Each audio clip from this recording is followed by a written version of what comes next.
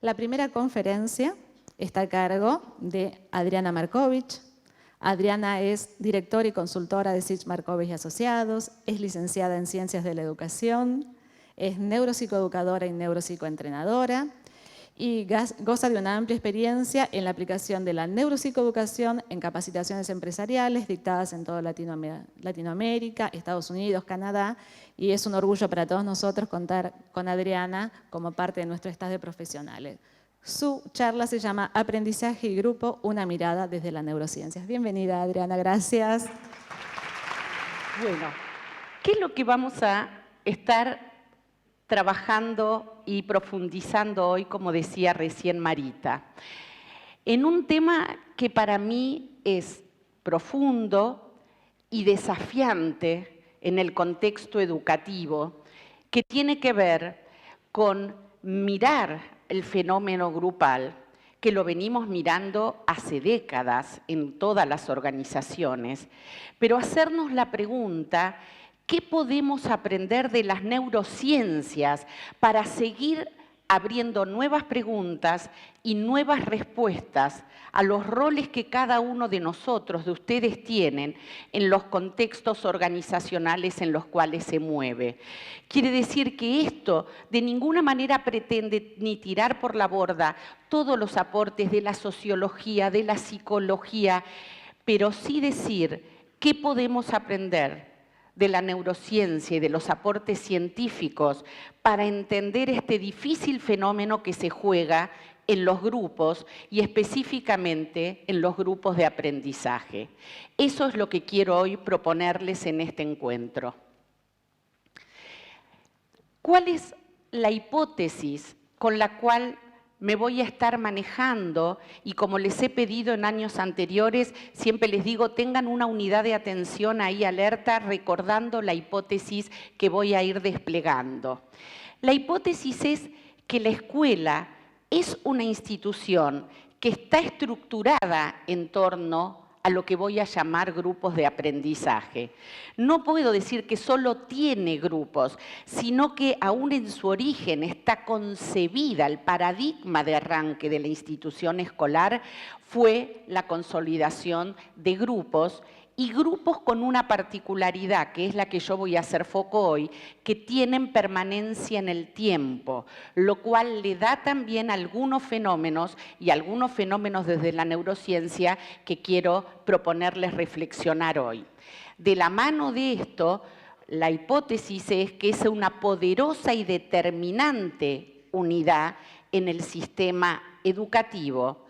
Y el tercer eje transversal, que quiero que todo el tiempo hagan autorreferencia al rol de ustedes como educadores, es que los docentes tienen que tener una habilidad indelegable y de muchísima habilidad y efectividad como coordinador de esa unidad grupal para poder ser efectivos en la tarea educativa que realizan.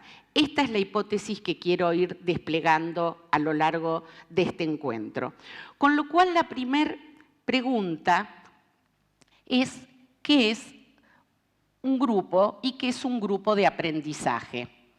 Entonces, primero, como para arrancar y muy sintéticamente entrar en el tema, acá tomé algo de los grupos estables, ¿no? De lo que se llaman grupos esporádicos, como una definición que podemos consensuar seguramente entre todos, que estamos hablando de que es un conjunto de individuos que interactúan, pero que interactúan y les pasan ciertas cosas particulares, que se influyen mutuamente, que asumen y adjudican roles, que hay un conjunto de reglas y normas que ese grupo asume como propias y que tiene un sentido de propósito y que con el devenir del tiempo, porque acuérdense que estoy hablando del fenómeno de grupos con cierta estabilidad temporal, van construyendo una identidad grupal.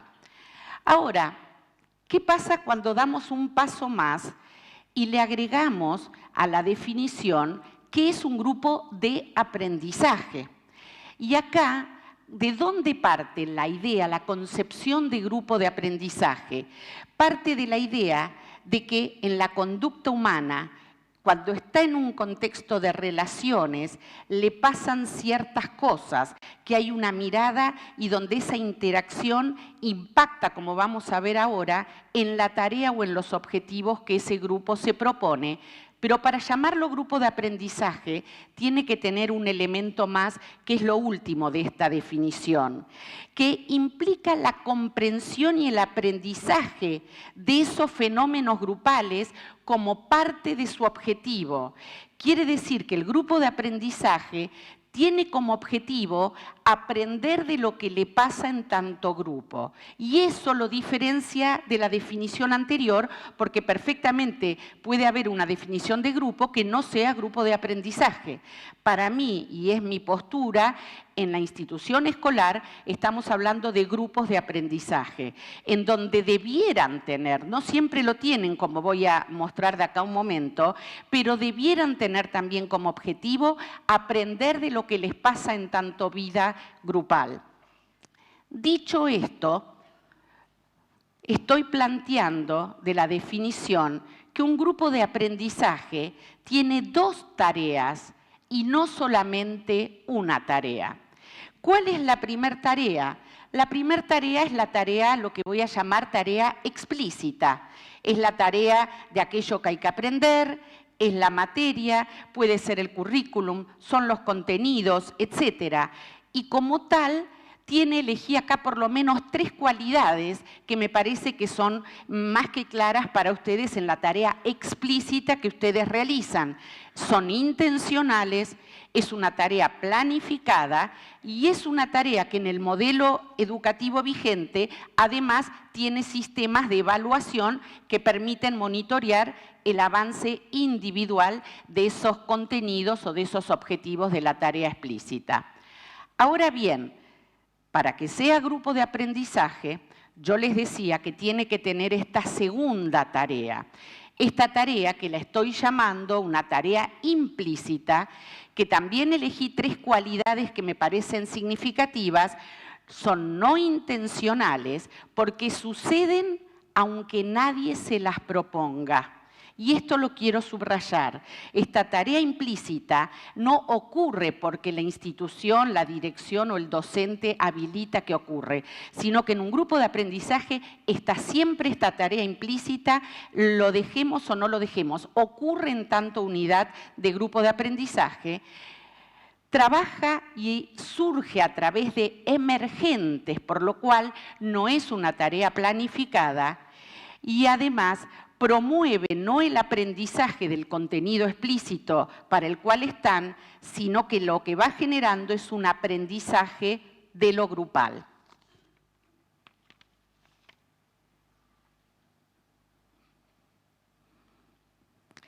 Con lo cual, acá hay 2 enfoques que podemos darle al planteo que estoy haciendo. Un planteo que es lo que se llama un enfoque filogenético. ¿Qué es el enfoque filogenético? Es hacernos una pregunta del fenómeno grupal y de grupo de aprendizaje, de qué nos pasa en tanto especie, o sea, qué nos pasa a los grupos de aprendizaje humanos en tanto pertenecer a una especie llamada humana. Y la otra mirada, el otro enfoque, es lo que se llama ontogenia o ontogenético, que cambia la pregunta, que es ¿qué le pasa a este grupo único, particular, irrepetible, del cual yo soy docente, profesora, líder? Quiere decir que cuando yo me estoy preguntando por un grupo específico del cual yo soy docente, también está presente lo que le pasa a ese grupo filogenéticamente, es decir, en tanto pertenencia a la especie a la cual pertenecemos. Yo hoy voy a hacer foco justamente en lo filogenético, porque es ahí donde la neurociencia nos aporta un mundo de conocimientos que nos tiene que dar herramientas para después pensar en lo ontogenético. Es decir, ¿qué aprendo yo de la neurociencia, de lo que me dice que nos pasa en tanto humanos, para después poder mirarlo en este grupo específico, único, e irrepetible. Por eso yo voy a hacer foco hoy en lo filogenético. Ustedes en sus mentes vayan y vengan de esto a pensar en sus grupos específicos, reales, ontogenéticamente hablando. Por lo cual, acá parto de lo que se llama la ley biogenética. ¿Qué plantea la ley biogenética? Plantea esto que les decía, que en realidad la filogenia y la ontogenia son indisolubles, porque lo que le pasa a este grupo específico tiene que ver con 200.000 o millones de años de historia que hacen que a ese grupo le pase algo en tanto seres humanos. Pero lo ontogenético puede cambiar ese impulso del cual yo voy a hablar en unos minutos y que le suceda algo diferente que como ha sido a lo largo de la evolución se puede ir instalando como aspecto de la especie y transformarlo filogenético. Con lo cual esto es una relación espiralada que va transformando las especies a lo largo de millones de años. Entonces, bien, acá yo quiero que empecemos con dos miradas. De lo filogenético, ¿qué es este impulso, este devenir filogenético que nos genera la posibilidad de tener instintos que van a favorecer la experiencia del grupo de aprendizaje? Y acá quiero con ustedes focalizar por lo menos en 4. El instinto de lo jerárquico. ¿Sí? Y escúchenlo como instinto y después piensen en sus grupos reales. Los seres humanos tenemos un instinto jerárquico. Buscamos grupos y miramos con anteojos jerárquicos y establecemos relaciones jerárquicas, sean formales y marcadas por la institución, tanto como naturales en el devenir de los grupos que pertenecemos. Buscamos instintivamente estructuras de poder y, como voy a explicar de acá un ratito, estamos todo el tiempo mirando nuestro lugar en esa estructura de poder. Segundo instinto que favorece lo grupal, el instinto gregario. El instinto gregario, ¿cómo surge en nuestra especie? Surge de algo que es natural. Cuando empieza a aparecer el ser humano y nuestros antecesores en la faz de la Tierra, indudablemente teníamos algunos puntos débiles para sobrevivir, entre ellos la fuerza, entre ellos tener que conseguir comida y competir con especies mucho más fuertes que nosotros. Con lo cual el agrupamiento ha sido una salida de supervivencia para el ser humano que después le dio un desarrollo ontogenéticamente de las culturas, etcétera, etcétera, que es donde yo no estoy profundizando.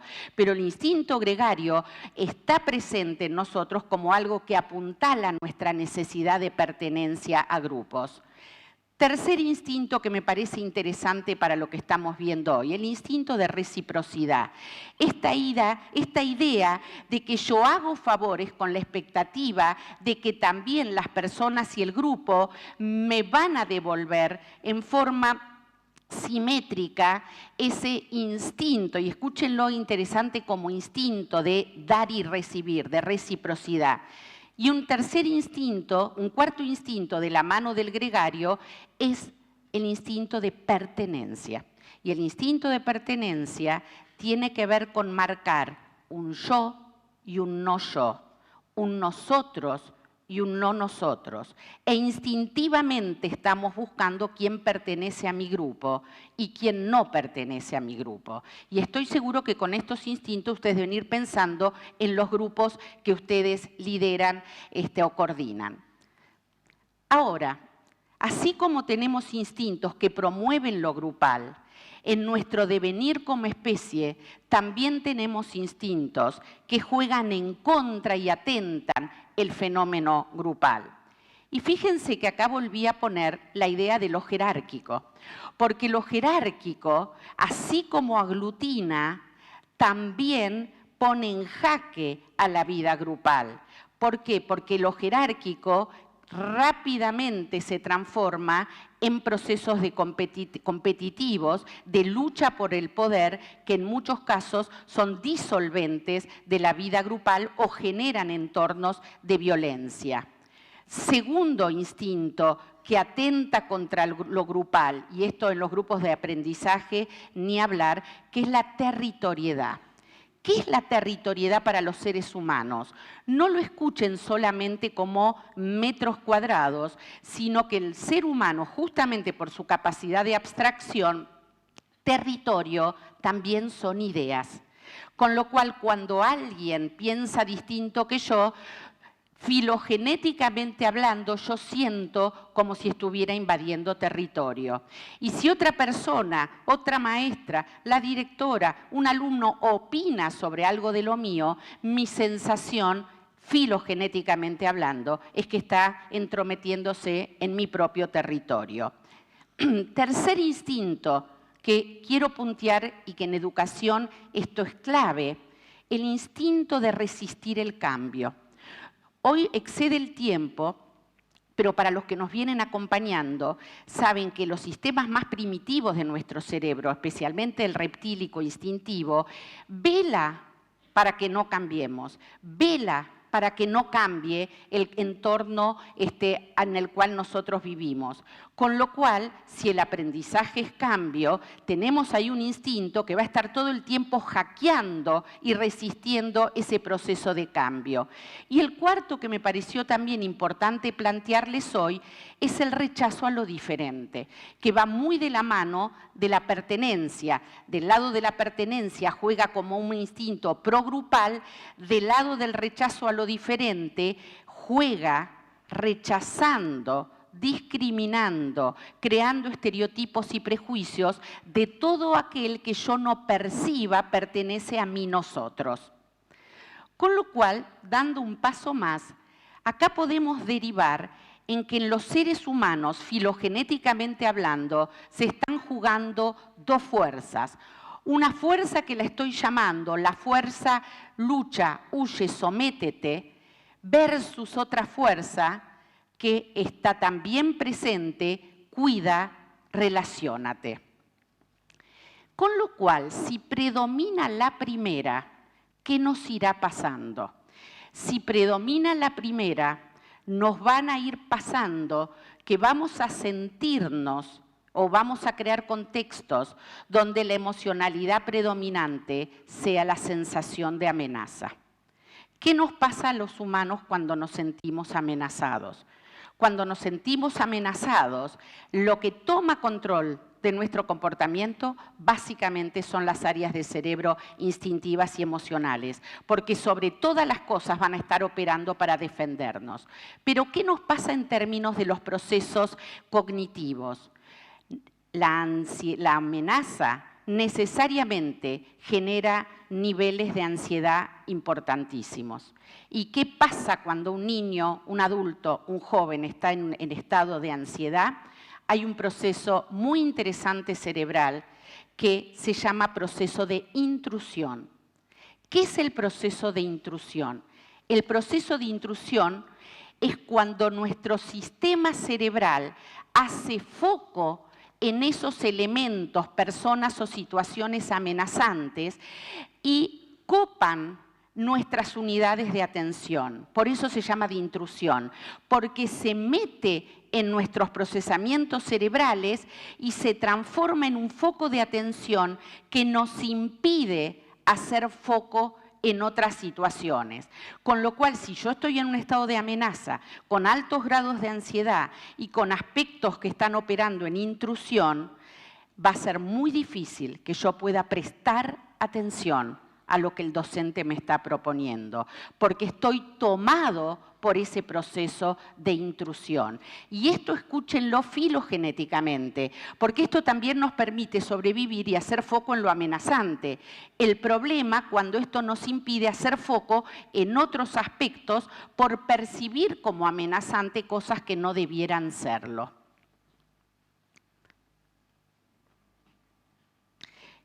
Por ende, como estaba diciendo, ¿qué pasa cuando estoy en estado de intrusión? Cuando estoy en estado de intrusión y con altos grados de ansiedad, ¿cuáles van a ser los comportamientos que van a predominar en mí?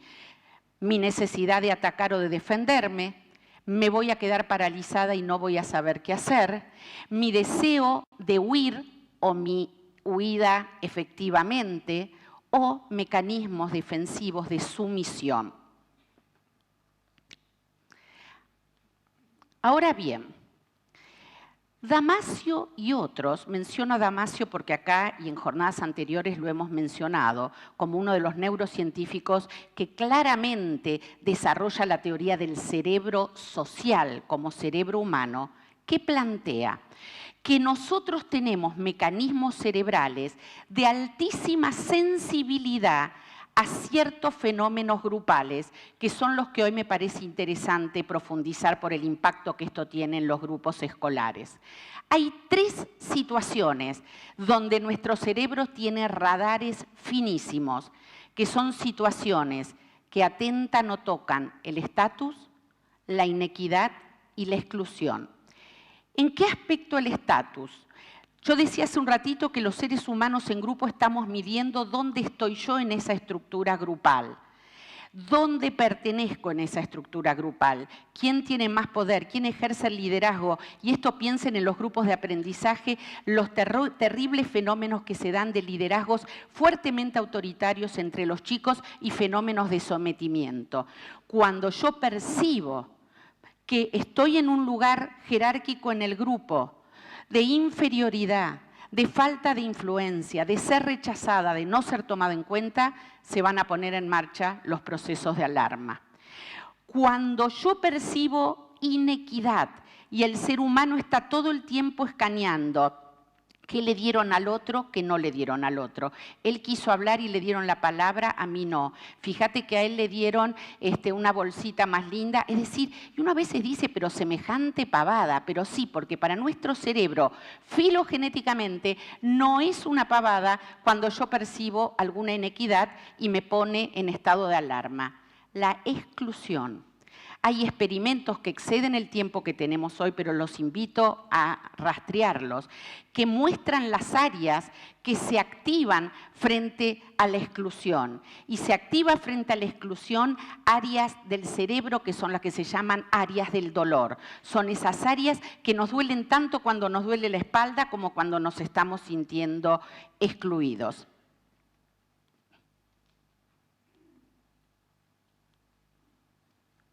Con lo cual, en el punto en el que estoy, estamos llegando a por lo menos una línea de la cual yo quiero continuar en lo que viene. Que cuando estoy hablando de emocionalidad y aprendizaje, son fenómenos inseparables. No podemos seguir hablando de aprendizaje como si no estuviéramos hablando de emocionalidad. Y cuando estamos hablando de emocionalidad, nos tenemos que estar preguntando qué procesos de aprendizaje tenemos que generar para poder construir la emocionalidad que necesitamos para que suceda el aprendizaje. Con lo cual, para mí, esto es como una especie a esta altura del partido y a esta altura de lo que sabemos, tanto desde la psicología como desde la neurociencia, son procesos absolutamente inseparables. ¿Por qué? Porque cuando yo estoy en estado de tristeza, en estado de amenaza, en estado de tensión, sintiéndome violentado, tengo que saber que las áreas que manejan lo que se llaman las funciones ejecutivas, el pensar, el decidir, la búsqueda de alternativas, la capacidad de frenar un impulso, la capacidad de innovación, que básicamente están alojadas en los lóbulos frontales y en otras áreas de la corteza cerebral, esas áreas, a esta altura no cabe duda, en todo lo que se viene investigando, esas áreas no se activan cuando yo estoy en ese estado emocional del cual estoy hablando. Con lo cual, pensar en los aprendizajes explícitos en un ser humano que está con los lóbulos frontales apagados, para decirlo de alguna manera, es imposible de concebir un aprendizaje en esa situación. No quiero ni siquiera decir es más difícil, es imposible, porque es como si apagáramos las funciones que necesitamos para generar ese aprendizaje. En forma inversa, si yo soy capaz de crear un estado de bienestar, de relativa seguridad, y después van a ver por qué digo relativa, por algo que quiero plantearles, de felicidad, de alegría, de querer estar acá, de sentirme cuidada, etcétera, etcétera, las áreas más primitivas del cerebro dan lugar y activan neurotransmisores que dan lugar a que emerjan los procesos cognitivos más elevados del ser humano.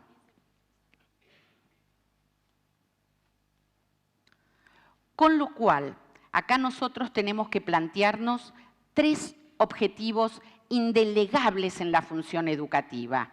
Primero, tenemos que ser capaces de crear contextos grupales en donde promovamos el instinto de cuidar. ¿Se acuerdan que yo hablaba de la otra fuerza, la fuerza de ataque, lucha, sométete? Tenemos que ser capaces, sabiendo que tenemos de los 2 instintos, con lo cual eso lo podemos escuchar como una buena noticia o como una mala. Tenemos que saber que tenemos mecanismos filogenéticos para ese instinto de cuidar y agruparnos, pero que también tenemos el otro, que va a estar dialécticamente operando con aquel. Tenemos que ser capaces de crear contextos donde el neurotransmisor predominante sea la oxitocina, de la cual también en algún momento en jornadas anteriores hemos mencionado. ¿Qué es la oxitocina? El neurotransmisor que nuestro cerebro genera automáticamente en contextos amigables, frente al humor y la risa, como dice ahí, frente al cariño, frente al cuidar y el ser cuidado. Porque la oxitocina viene de la mano de otros neurotransmisores como la dopamina, que me van a poner en marcha y me van a generar deseo, motivación, satisfacción, etc. ¿Cuál es el principio general que no quiero dejar de plantear y que me parece un desafío intelectual para todos nosotros y profundo para pensar? ¿Cómo se sale de esta disyuntiva entre estos impulsos pro agrupamiento y entre estos impulsos de individuación que se juegan en un grupo de aprendizaje? La salida es aparentemente paradojal, y subrayo el aparentemente paradojal, porque no es una paradoja. ¿Cuál es la salida y el gran desafío que tenemos?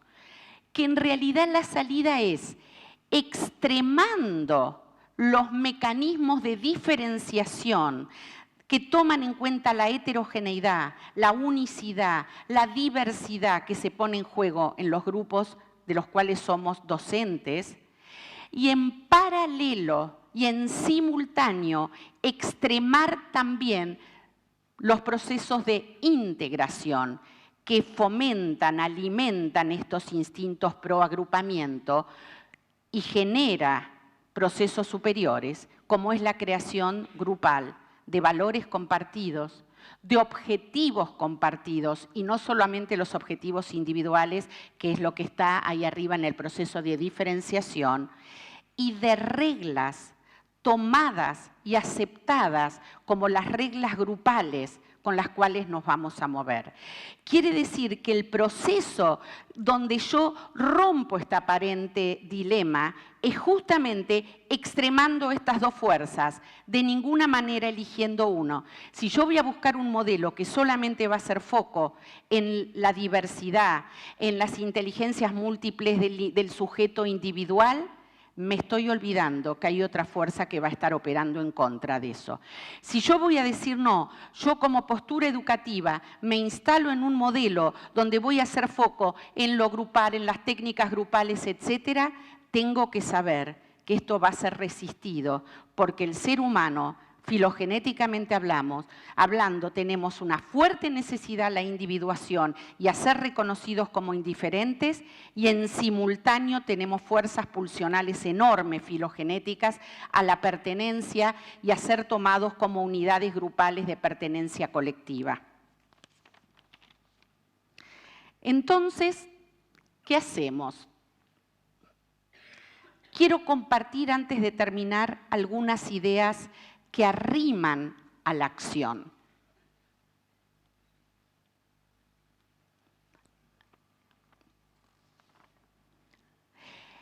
Docentes y directoras, y acá intencionalmente quise poner explícitamente a quienes tienen roles de conducción organizacional. Hay 3 ideas fuerza que quiero como subrayar en esta exposición. 1, la tarea explícita y la tarea grupal son indelegables. No hay nadie que la pueda hacer que no sea el que está de cara a ese grupo de aprendizaje. Y esto vale para un docente que está toda una mañana o toda una tarde, tanto como para un profesor especial que ve al grupo 1, 2 o 3 horas por semana. Y en el rol de conducción organizacional es indelegable qué respaldo yo le voy a dar al equipo de profesionales que tengo en la institución para que sientan que tienen la espalda cubierta para poder crear ese contexto grupal que necesita el individuo para la tarea explícita y para aprender de lo que le pasa en tanto unidad grupal. Segunda idea fuerza que quiero compartir. Si hay una habilidad que yo creo que todavía tenemos un enorme camino de mejora, es la capacidad de autoconocimiento y de autoconciencia que los que realizan tareas educativas tienen que tener para mí como una habilidad clave. Si yo no me doy cuenta, esto que dice al final, ¿sí?, que mis decisiones, mis acciones, mis palabras, mis miradas están cargadas de sentido social y emocional, seguramente voy a actuar con inconsciencia de lo que yo misma estoy generando. Y asumamos que el conocimiento o la autoconciencia no es una habilidad que nos distingue a los humanos. Como decía Carlos el año pasado, es la revolución de la mente que seguramente tenemos todavía pendiente. Cómo giro los ojos hacia adentro. Ahora, quiero hacer una reflexión del último punto. Nosotros tenemos áreas del cerebro que se dedican a construir lo que se llama teoría de la mente. ¿Qué es la teoría de la mente? La teoría de la mente son finísimos mecanismos cerebrales y complejísimos que se ponen en marcha para tratar de identificar la intención que tiene el otro que está delante de mí. Son finísimos mecanismos donde el ser humano construye una teoría, si es querido o no es querido, es tomado en cuenta o no es tomado en cuenta, es apreciado o no es apreciado, quiere más al otro, acuérdense lo de la inequidad o no, tengo más poder que él o no, cuando yo quiero hablar me escuchan, no me escucha nadie. Es decir, hay una teoría de la mente, quiero que se lleven este concepto, de los seres humanos estamos todo el tiempo en automático, no es un proceso que lo decidimos voluntariamente, mirando la mirada del otro. Y por excelencia, si hay una mirada puesta en alguien, es en lo que son los adultos significativos. Padres, docentes, un líder, un director. Con lo cual una mirada puede tener un efecto terrible. Con lo cual esto que juega en contra, también tenemos una gran oportunidad de hacer autoconciencia de qué generamos y tratar de ser propulsores de esos entornos donde lo que predomine sea este instinto de cuidar y de agruparse. 3 ejes didácticos para tener en cuenta. Yo tengo que hacer acciones intencionales para grabar memorias de placer. ¿Por qué intencionales? Porque uno podría decir, bueno, pero automáticamente, si estamos viviendo un buen momento grupal, automáticamente mis educandos, mis alumnos, lo van a grabar en sus memorias de largo o mediano plazo. Esto tiene un poquito una mala noticia, porque tenemos mucho más capacidad para acordarnos, recordar y poder ir a esa cajita de recuerdos de las memorias de dolor. ¿Por qué? Y esto por el mismo precio para la casa de uno, obviamente, ¿no? Las cosas que nos acordamos de nuestros seres queridos, pasan los años y pero pasó 20 años, bueno, pero quedó ahí picando. Con lo cual, acá hay algo importante que quiero decirles desde la didáctica. Las memorias de placer, hay investigaciones muy interesantes, está demostrado, que tienen una captación mucho más global y holística. O sea, tenemos más una sensación general. En cambio, las memorias de dolor por supervivencia quedan con lujo de detalle. Nos podemos acordar la ropa que tenía puesto el otro. Nos podemos acordar un sonido que escuchamos cuando pasó tal cosa. Es decir, que años atrás yo hablé sobre el tema de neuroplasticidad, lo quiero mencionar nada más. Quiere decir que nuestro cerebro tiene mucho más puertitas de entrada a tocar redes sinápticas que van a gatillar la memoria de dolor y mucho menos para las memorias de placer. Con lo cual acá vuelvo a la recomendación didáctica. Tenemos que buscar recursos didácticos intencionales que ayudemos a que el alumno haga foco y pueda poner en su memoria, en la cajita de lo que se llaman las memorias de placer, situaciones. Evaluar como grupo, marcar cuando algo estuvo bien, poder decir en voz alta qué bien que la pasamos hoy, cómo está cada uno. Es decir, hacer algo intencional. Quiero subrayar intencional.